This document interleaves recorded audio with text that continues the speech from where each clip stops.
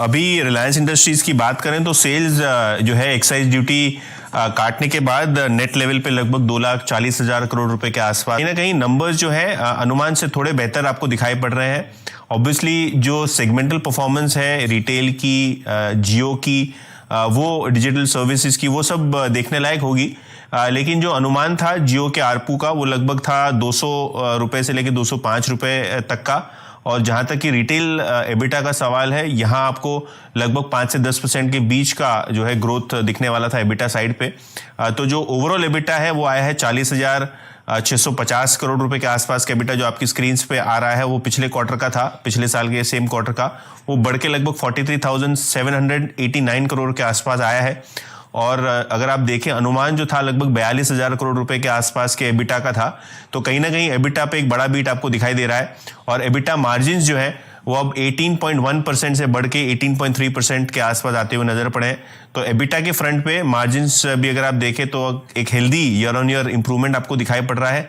अनुमान इतना ही था 18.3% के आसपास, लेकिन एब्सोल्यूट एबिटा जो है वो अनुमान से थोड़ा बेहतर आता हुआ नजर पड़ा। दीपाली बिल्कुल। और अमरीश बलिगा, पार्थिव शाह और शरद अवस्थी हमारे साथ बने हुए, मैं और यतिन तो हैं ही, लेकिन अमरीश पहले आपसे इनिशियल रिएक्शन लेना चाहेंगे। जो सोफा नंबर्स आए हैं, नंबर्स तो एक्सपेक्टेशन से बेटर दिखाई दे रहे हैं, पर चाहे वो रेवेन्यू के नंबर्स हो, प्रॉफिटेबिलिटी के नंबर्स हो या फिर एबिटा फ्रंट पर ही ग्रोथ के ना हो, कैसे रीड करते हैं आप इनिशियल फिगर्स को?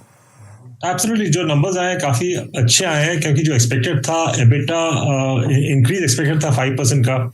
आई think clearly the increase is like much more than that, closer to about 8-9% का इंक्रीज है। So I think it's extremely good, it's a good beat.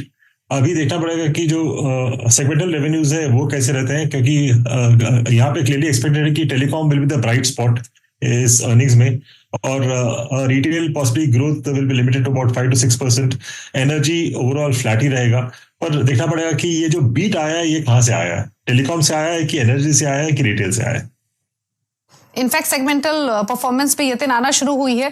O2C business को अगर हम देखें, यानी ऑयल टू केमिकल बिजनेस, तो revenues जो हैं वो 1.49 लाख करोड़ रहे हैं वर्सेस 1.41 लाख करोड़। यहाँ पर जो एबिटा रहा है वो 14,402 करोड़ के आसपास रहा है। वही O2C बिजनेस के एबिटा मार्जिन देखें तो ये 9.6% पर रहे हैं वर्सेस 10%। तो अगर हम O2C बिजनेस की सबसे पहले बात करें, जो कि मेजर रेवेन्यू जनरेटर है, ये नंबर्स प्रोजेक्शंस के हिसाब से कैसे दिख रहे हैं? देखिए, जो सेगमेंटल रिजल्ट्स अगर आप देखें तो कहीं ना कहीं यहाँ परफॉर्मेंस थोड़ी बेटर देन एक्सपेक्टेड ही है। और अगर हम कंसोलिडेटेड लेवल पे अगर सारा डिटेल देखें तो काफ़ी बेटर आपको नंबर्स दिखाई पड़ रहे हैं। इनफैक्ट अगर हम सेगमेंटल एबिटा देखें, जो कंपनी को जो रिलीज में आपको आता हुआ नज़र पड़ा है, वहाँ सेगमेंटल O2C एबिटा जो क्वार्टर का है वो लगभग है 14,400 करोड़ का, जो पिछले क्वार्टर में लगभग 12,400 करोड़ रुपए का था। तो जो सीक्वेंशियल GRM में इंप्रूवमेंट एक्सपेक्टेड था, और जो सीक्वेंशियल आपको इंप्रूवमेंट देखने को मिलने वाला था लगभग 10% का, उससे बेटर यहाँ O2C बिजनेस का एबिटा आपको आता हुआ नजर पड़ा है।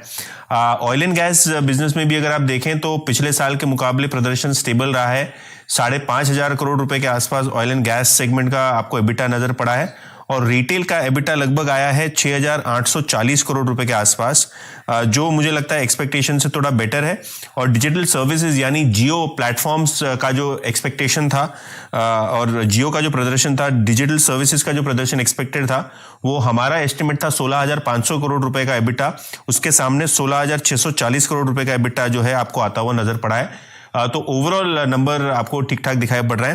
पार्थिव, आपके पास आना चाहूंगा, क्योंकि जो रिटेल का एबिटा है, फेस्टिव सीजन था, उसके वजह से थोड़ा एक बेटर परफॉर्मेंस एक्सपेक्टेड था। लेकिन अगर आप ईयर ऑन ईयर बेसिस पे देखें, सिक्वेंशियल नंबर्स देखें, तो एक अच्छा ग्रोथ रिटेल को देखने को मिला है। इसके अलावा जियो और डिजिटल सर्विसेज का भी एबिटा जो था वो 16,500 करोड़ के आसपास एक्सपेक्टेड था, 16,700 करोड़ के आसपास आया है। तो किस तरीके से आप देखते हैं जियो का परफॉर्मेंस और रिटेल का परफॉर्मेंस?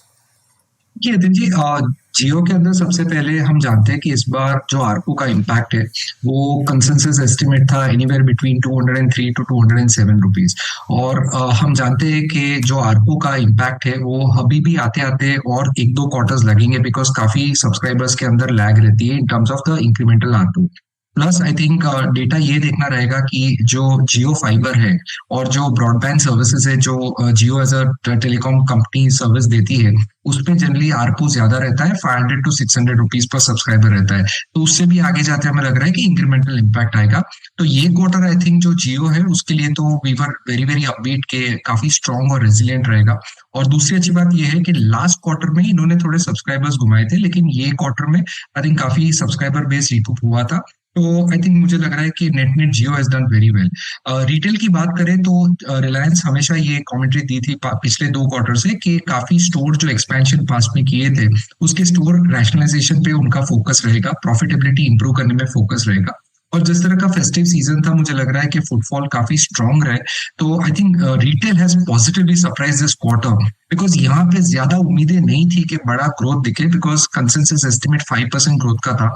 मुझे लग रहा है कि रिटेल में दोनों in terms of the EBIT as well as in terms of the revenue growth I think यहाँ पे शानदार बीट है।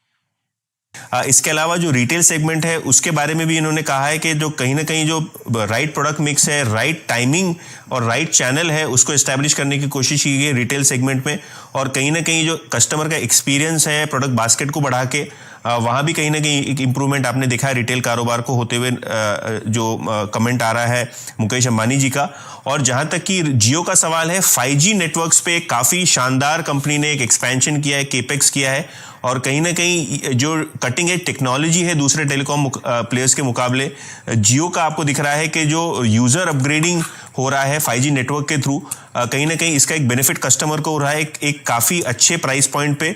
और कहीं ना कहीं जो जियो की टीम है वो ये एनहांस्ड ऑफरिंग जो है कस्टमर तक लेके जाने में सक्षम है। और जो ब्रॉडबैंड की भी बात हो रही है, यहाँ भी आपको एक मार्केट लीडरशिप पोजीशन दिखाई पड़ रही है। तो ओवरऑल शरद जी, थोड़ा रिफाइनिंग मार्जिन पे फिर से एक बार आते हैं। O2C सेगमेंट की बात करें तो क्या आपको लगता है कि यहाँ से जो ग्लोबल चीज़ें इंप्रूव हो रही हैं, जैसे एक सीज फायर हुआ है इजराइल और हमास के बीच में, शायद ट्रंप साहब आएंगे तो थोड़ा रशिया यूक्रेन वॉर पे भी एक रिस्पाइट मिलेगा।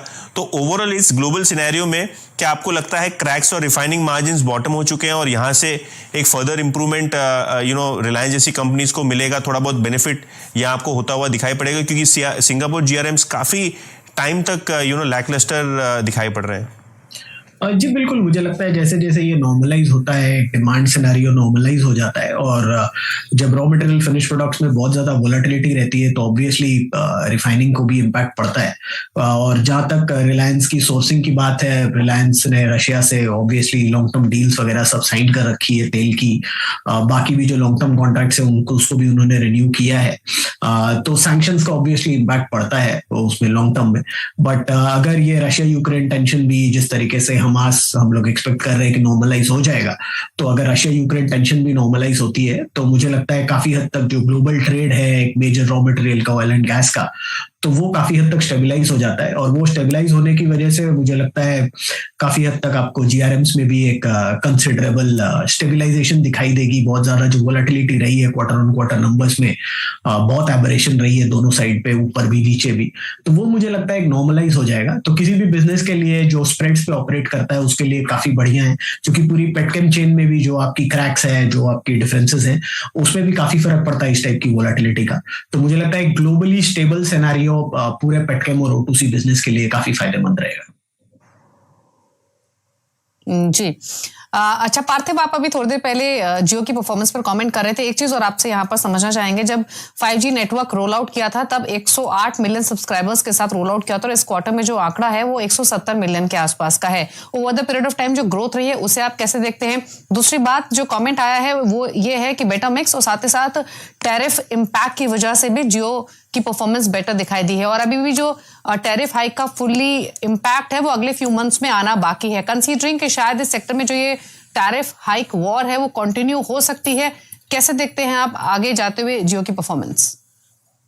भी मोटा मोटी देखें तो जो 5G सब्सक्राइबर बेस है टच समवेयर अराउंड 17 करोड़, जो टोटल उनकी सब्सक्राइबर बेस है समवेयर अराउंड 45 to 46 करोड़ में। तो आगे जाते में लग रहा है कि ये रैंप अप होगा, बिकॉज आई थिंक रिलायंस जियो ने एक अच्छी स्ट्रैटेजी रची है कि फॉर द 5G सर्विस वो लोग ज्यादा इंक्रीमेंटल चार्जेस अभी नहीं ले रहे। They want the subscribers to get acquainted, get used to और उसके बाद आई थिंक आगे जाते मुझे लग रहा है कि पूरे टेलीकॉम सेक्टर में जो भी कंपनीज, स्पेशली ये 3 जो लार्ज कैरियर्स हैं, वो लोग 5G रोल आउट कर रहे हैं। तो मुझे लग रहा है कि रोल आउट कॉस्ट को मोनेटाइज करने के लिए I think definitely there will be further increase in the ARPU. और मुझे लग रहा है कि आई थिंक आरपू इंक्रीज में आई थिंक कंसेंसस व्यू रहेगा तीनों बड़े टेलीकॉम कैरियर्स में। तो उस लिहाज से आई थिंक काफी ऑपरेटिंग लेवरेज ये बिजनेस में बढ़ सकती है। I think what we have to observe is कि जो जियो फाइबर का रोल आउट है, I think that is a very aggressive plan. अभी वहां पे सिर्फ 4.5 मिलियन सब्सक्राइबर्स है। यहाँ पे आई थिंक मुझे लग रहा है कि टीयर 2 और टीयर 3 में जिस तरह के उन्होंने अनाउंसमेंट किए थे लास्ट एजीएम में to roll out very rampantly, तो ये I think overall incremental ARPU में एक एडिशन कर सकता है। तो we are very very upbeat on the Jio business, because पूरी ऑपरेटिंग लेवरेज की गेम है। काफी कैपेक्स उन्होंने ऑलरेडी कर चुके हैं, तो यहाँ से ज्यादा इंक्रीमेंटल कैपेक्स नहीं रहेगा। और रिसेंटली आई थिंक जो एजीआर रिलेटेड जो आई थिंक इंटरेस्ट का उनको पास्ट रेट्रोस्पेक्टिव का जो रिलीफ मिला है, दैट शुड ऑल्सो हैव। अच्छा अमरीश, समय की कमी है, बहुत संक्षेप में नंबर्स के बाद कल कैसा रिएक्शन एक्सपेक्ट कर रहे हैं, और अब आपके टारगेट्स या लॉन्ग टर्म व्यू क्या है रिलायंस पर? नहीं देखिए, लास्ट कई दिनों में काफी अच्छा करेक्शन देखा है रिलायंस में, तो मुझे लगता है कि इस रिजल्ट्स के बाद अपसाइड तो क्लियर है। तो at least in the short to medium term यहाँ से अपसाइड करीब 10 to 15% का तो इजीली आ सकता है। ओके।